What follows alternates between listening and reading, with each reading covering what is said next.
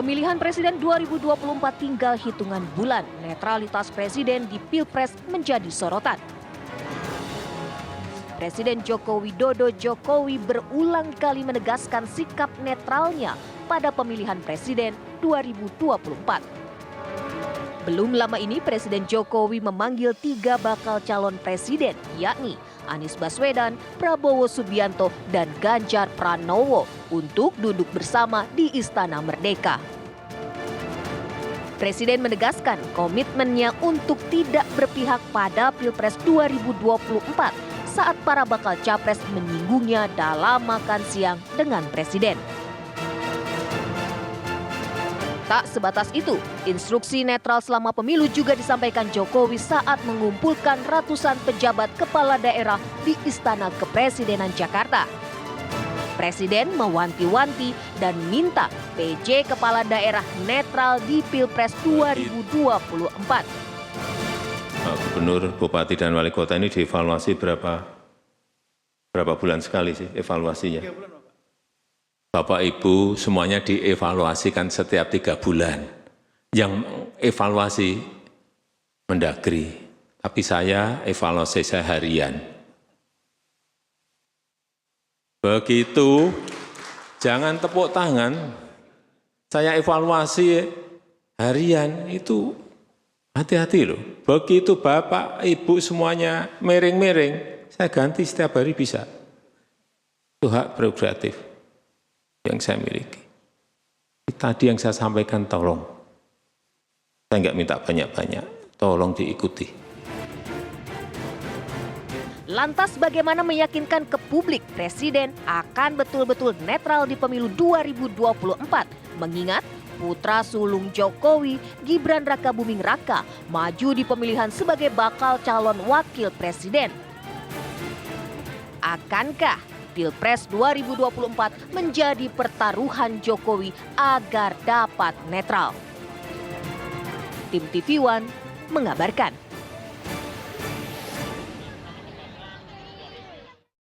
Instruksi tegasnya memang sudah disampaikan oleh Presiden Joko Widodo kepada para penjabat kepala daerah yang datang pada saat itu. Anda sudah melihat cuplikan pertemuannya. Bahkan juga sudah ada, kalau saya bilang sedikit ancaman, bahwa akan dilakukan evaluasi oleh Presiden Jokowi sendiri. Evaluasi langsung yang akan dilakukan secara harian. Kalau sampai ada yang miring-miring bisa diganti, bisa disikat. Tapi apakah kemudian pesan tersebut, instruksi tersebut betul-betul dijalankan? Dan apakah betul memang akan ada netralitas yang ditunjukkan oleh Presiden Joko Widodo saat putra sulungnya ikut berkompetisi di pemilu 2024. Untuk itu kita akan tahu bagaimana pandangan dari partai politik mengenai hal ini karena masyarakat ini betul-betul meragukan. Betul nggak sih Presiden Jokowi akan bersikap netral? Bang Mardhani Alisera dari PKS juga akan memberikan pandangannya pada malam hari ini. Assalamualaikum warahmatullahi wabarakatuh. Selamat malam Bang Dhani. Salam Put. Baik. Dan juga Pak Nurdin Halid. Assalamualaikum warahmatullahi wabarakatuh. Selamat malam. Selamat malam. Selaku Waketum dari Partai Golkar, selain Pak Nurdin Halid, Bang Mardhani Alisera juga sudah bergabung dengan kita. Ini secara daring, sudah hadir perwakilan dari PDI Perjuangan yaitu Bang Andreas Pereira. Selamat malam Bang Andre. Selamat malam. Baik. Putri, malam. Oh ada Ali juga ya. Iya ada Bang Ali juga. Ada Bang, oh iya. Baik. Kawan semua ini. Ama. Oke, malam. Petak Puang, Pak Ustadz Mardhani. Sehat selalu semuanya. Waalaikumsalam warahmatullahi wabarakatuh. Bang Ali Mohtar Ngabalin dari KSP juga akan memberikan keterangan kepada kita. Tapi salam dari Kendari, Sulawesi Tenggara. Abang dari Kendari. Terima kasih ya Bang sudah meluangkan waktunya di tengah kegiatannya dari Kendari. Ya. Baik, Bang Andre, saya ingin bertanya kepada Bang Andre terlebih dahulu. Melihat kemarin yang sudah terjadi pada saat kunjungan kerja Pak Jokowi juga ke berbagai daerah. Apakah kemudian Bang Andre masih yakin Presiden Jokowi bisa menjaga netralitasnya, Bang Andre? Seharusnya yakin Putri. Tapi saya lihat Putri sendiri ketika mengomentari ini dan ya menyampaikan bahwa ini mewakili suara masyarakat, kelihatan Putri sendiri tidak yakin. Sehingga ya, ampun Bang. Jadi gimana Bang? Seharusnya yakin, tapi ada tapinya nih. Tapinya gimana nih Bang? Ya, ya untuk itu memang ya kalau kita ya kita percayalah bahwa presiden akan netral gitu. Tapi bagaimanapun ya kita tahu lah dengan perkembangan sekarang ini tentu kita semua harus ikut mengawasi proses pemilu ini sehingga bisa berjalan dengan aman, damai, jurdil, ya sesuai dengan ya aturan main dan prinsip-prinsip demokrasi yang ya kita yakini dan kita akan jalankan gitu.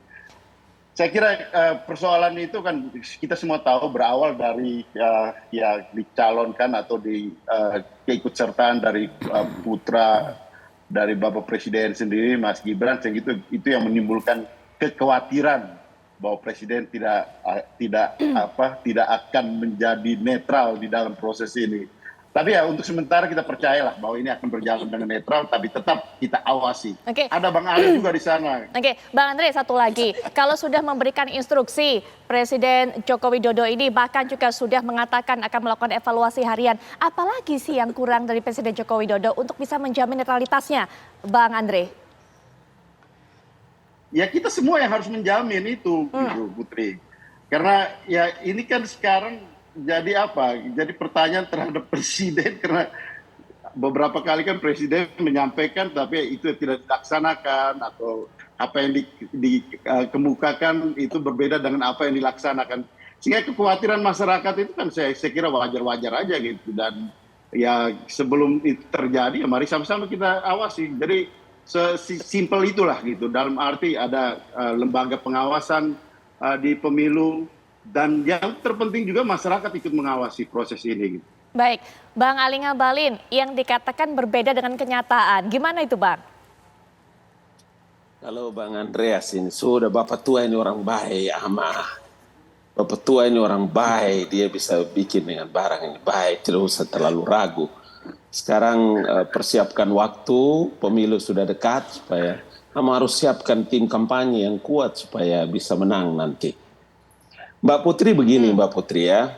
Pertama, saya, kemudian Profesor Nurdin Halid, kemudian Ustadz Mardani dan Bang Hugo Andreas ini PhD. Ini adalah orang-orang hebat yang diundang oleh Mbak Putri. Mari kita bicara tentang regulasi supaya kita juga ikut mencerdaskan penonton TV One. Pertama begini. Oleh Undang-Undang Dasar tahun 1945 menjelaskan bahwa penyelenggara pemilu itu adalah KPU. Kemudian yang kedua, pengawasnya secara formal dalam Undang-Undang Dasar itu adalah Bawaslu. Kalau presiden itu adalah penanggung jawab tertinggi tentang suksesnya pemilu. Pada posisi ini, mari kita berpikir secara jernih dan terbuka bahwa Presiden sejak awal penetapan tanggalnya, kemudian tahapan-tahapan pemilunya, biayanya, kami semua tahu itu. Tahapan-tahapan itu di kantor staf Presiden.